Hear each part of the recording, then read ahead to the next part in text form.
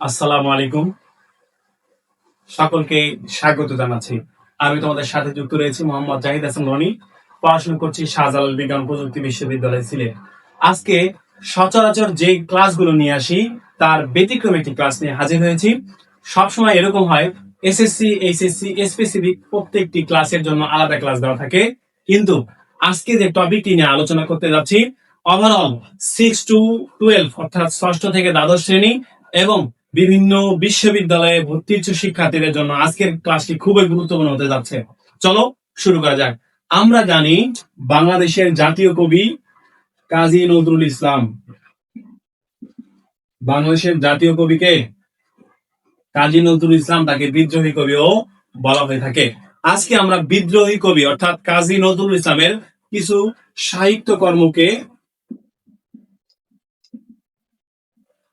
সাহিত্যকর্ম নিয়ে আলোচনা করতে যাচ্ছি।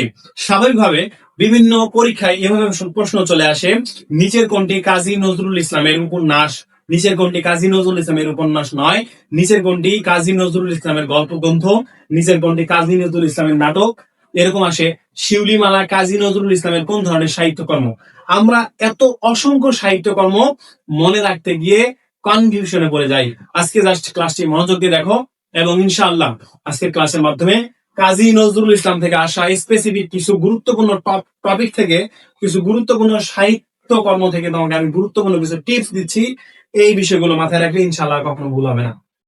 দেখো, কাজী নজরুল ইসলামের আমরা ষষ্ঠ থেকে দ্বাদশ শ্রেণী পর্যন্ত প্রত্যেকটি পাঠ্যপুস্তক অর্থাৎ বাংলা প্রথম পত্র যে বইটি থাকে, সেই বইটিতে পাঠ পরিচিতি, লেখক পরিচিতির মধ্যে অ্যানালাইসিস করলে দেখা যায় কাজী নজরুল ইসলামের মোট 3টি উপন্যাসের কথা বলা হয়েছে। সেই 3টি উপন্যাসের নাম কি? তোমাদের মাথায়, অনেকের মাথায় চলে এসেছে, কিন্তু অনেকে পরীক্ষায় গিয়ে ভুল করো। আজকে থেকে আর ভুল হবে না। দেখো, উপন্যাসগুলো মনে রাখার জন্য আমরা মনে রাখবো বাকুম। বাঘ বাকুম বলে কোন পাখি আওয়াজ করে বলতো? কবুতর। তাহলে এই যে বাঘ বাকুম দিয়া, বাঘ বাকুম অর্থাৎ বাকুম দিয়ে আমরা মনে রাখবো কাজী নজরুল ইসলামের সাহিত্যকর্ম উপন্যাস। তাহলে বাতে হচ্ছে কি? বাঁধন হারা, বাঁধন হারা। কুতে হচ্ছে কি? কুহেলিকা, বাঁধন হারা, কুহেলিকা। এবং মতে হচ্ছে মৃত্যু ক্ষুধা।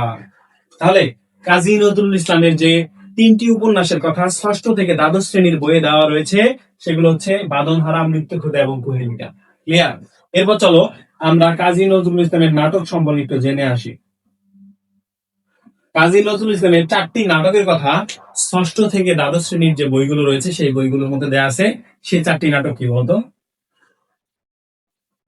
কনফিউশন হয়? নো। আজকে জাস্ট এই বিষয়টি ভালো করে খেয়াল রাখো, ইনশাআল্লাহ ভুল হবে না। দেখো,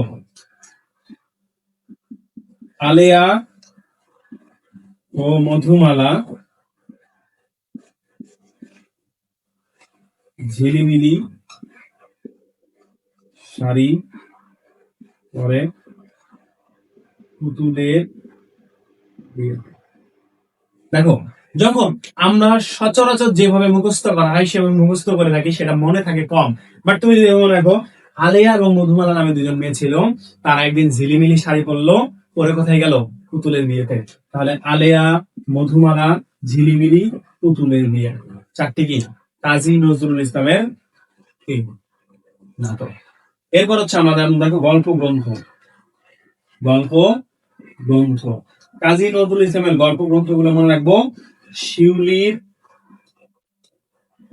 গল্পে রিক্তের ব্যথা। কিভাবে মনে রাখবো বলতো? শিউলির গল্পে রিক্তের ব্যথা। শিউলি তো হচ্ছে শিউলি মালা, শিউলি মালা। এরপর গল্পতে হচ্ছে গল্প গ্রন্থ। রিক্তের মানে কি? অনেকের মাথায় চলে এসেছে কি? রিক্তের বেদন, রিক্তের বেদন। আর ব্যথাটা হচ্ছে ব্যথা দান। তাহলে কাজী নজরুল ইসলামের উপন্যাসগুলো জানলাম কিভাবে? বাকুম দিয়ে। এরপর হচ্ছে নাটকগুলো হচ্ছে একটা গল্পের মাধ্যমে জানলাম কি? আলেয়া এবং মধুমালা 2জনে কি ঝিলিমিলি শাড়ি পরে পুতুলের বিয়েতে গিয়েছিল। এরপর হচ্ছে আমরা গল্প গ্রন্থগুলো জানলাম কিভাবে? শিউলির গল্পে রিক্তের ব্যথা। শিউলিমালা গল্পতে হচ্ছে গল্প গ্রন্থ, রিক্তের মানে হচ্ছে রিক্তের বেদন, এবং ব্যথাতে হচ্ছে ব্যথার দান। এখন চলো আমরা দেখব কাজী নজরুল ইসলামের জীবদ্দশায় তার কিছু গ্রন্থকে নিষিদ্ধ বলে গণ্য করা হয়েছিল। সেই নিষিদ্ধ গ্রন্থগুলো কিভাবে মনে রাখা যায়? মনে রাখবো, ভাবি প্রলয় যুগের চন্দ্র। কিভাবে বলতো? ভাবি প্রলয় যুগের চন্দ্র। ভাবি প্রলয় যুগের চন্দ্র। ভাত হচ্ছে ভাঙ্গার গান, ভাঙ্গার গান। বিত হচ্ছে বিষের বাঁশি। প্রলয়তে কিভাবে মনে রাখবে বলতো? প্রলয় শিখা। জুতে হচ্ছে যুগবাণী এবং চন্দ্র বিন্দু। আশা করি ক্লিয়ার।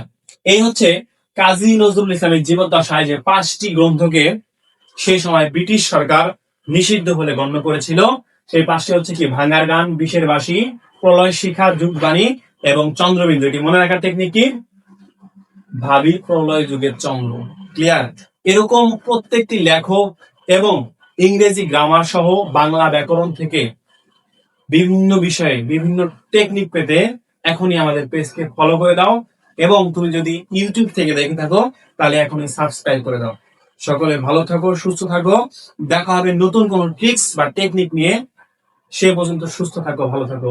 আসসালামু আলাইকুম।